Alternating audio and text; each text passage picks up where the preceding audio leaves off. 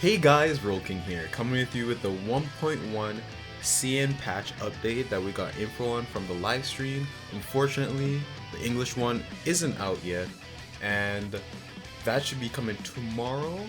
So there will be codes, and I'll be uploading a video with the codes whenever that is revealed. So for the patch 1.1, we're getting Silverwolf, Locha, and Yukong, which is really good because all of these are really good units. Silverwolf will be able to plant a bug on the enemy, drop in attack, defense, and speed, which is actually phenomenal. I didn't know that she was capable of also dropping speed. And she also implants a weakness based on her ally's element, and she also does decent damage herself apparently. So Silverwolf is looking to be really good.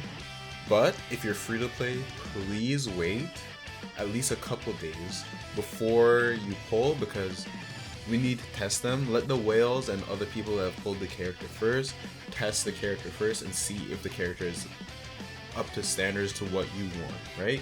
You don't want to pull on something and you end up hating it, right? The rate of 4 stars are Dang Hang, really good single target DPS. His Eidolons are really good, so if you're invested into him already, this is an opportunity to get some Eidolons on him. Asta as well, Freee as well. If you want Eidolons, her Eidolon 2 is really good, helps you cycle her buffs really well. And then you have Serval, which is a really good AoE DPS. If you're not getting Kafka or you're not getting Jinyan, then that's a really good option for you, especially if you're free to play.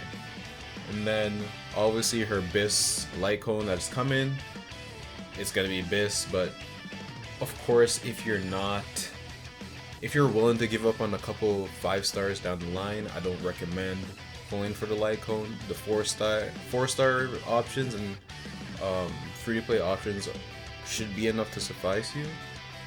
Then you have Locha that is coming.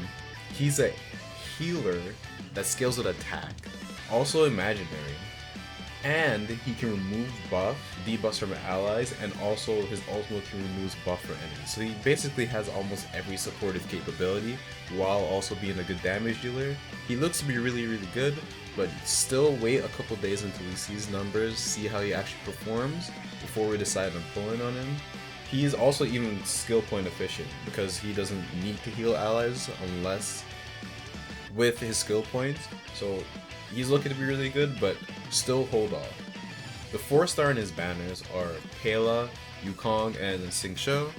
But before you pull on this banner, the 4 stars, if you're pulling purely for the 4 stars, I wouldn't really recommend it because Yukong is going to be free. Xingqiu, if you've already invested in her, I'm assuming you skip Sela. So maybe if that's she's basically the deciding point if it's the 4 stars you're looking for. And if you're looking for an imaginary unit and you're pulling for Locha, then you're gonna get Yukong Eidolon, so you're gonna have 2 imaginary units, which is really good.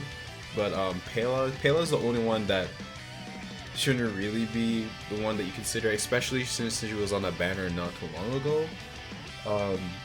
But yeah, the deciding factor here is just Xingqiu, because she's the only one that you probably want Eidolons for if you are looking at just the 4 stars for this banner. But so far it's pretty good, but Yukong is going to be free, so if you just wanted Yukong as the new 4-star, you don't have to worry because she's going to be coming in 1.1 or 1.2. He has his Biss light cone. Obviously, if you want him, it's the same point that I reiterated before. If you want the light cone and you're willing to give up a couple 5 stars coming down the line, get it. If not, just wait. 4-star options are good as well. And then here's Yukong. So this is really interesting. She increases attack for all of her characters and gives crit rate, crit damage. So for the late game, this is actually a really good stat to buff. Her kit also revolves around giving stacks to allies, which I'm kind of wary about because if it uses too much skill points and she's like a skill point negative character, that can really hurt her. But so far, she looks good. It's imaginary. Having a buffer on one side, especially if you don't have Tin Young like I don't, this is going to really help your account anyway. So even if she is not the best of skill points, but we have to see when she comes out. So that's speculation, just wait.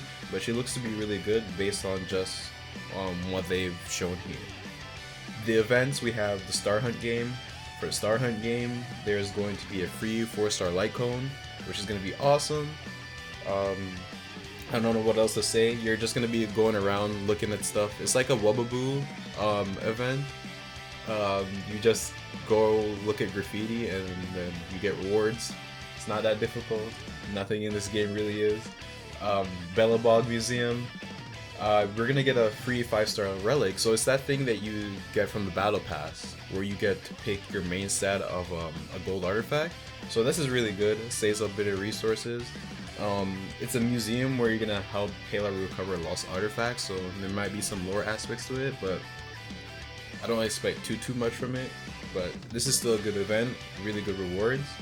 And then the Arstral Curtain is gonna be apparently like Forgotten Hall, so we actually get to flex our units for once.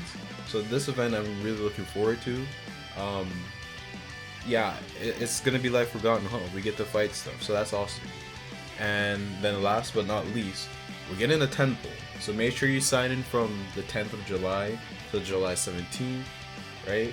So it's only for a week. Make sure you get all of those summons, because then that's a free 10 poll. What can you say? For free-to-play players, we're eating. This is food for us. We're good. This is what I want.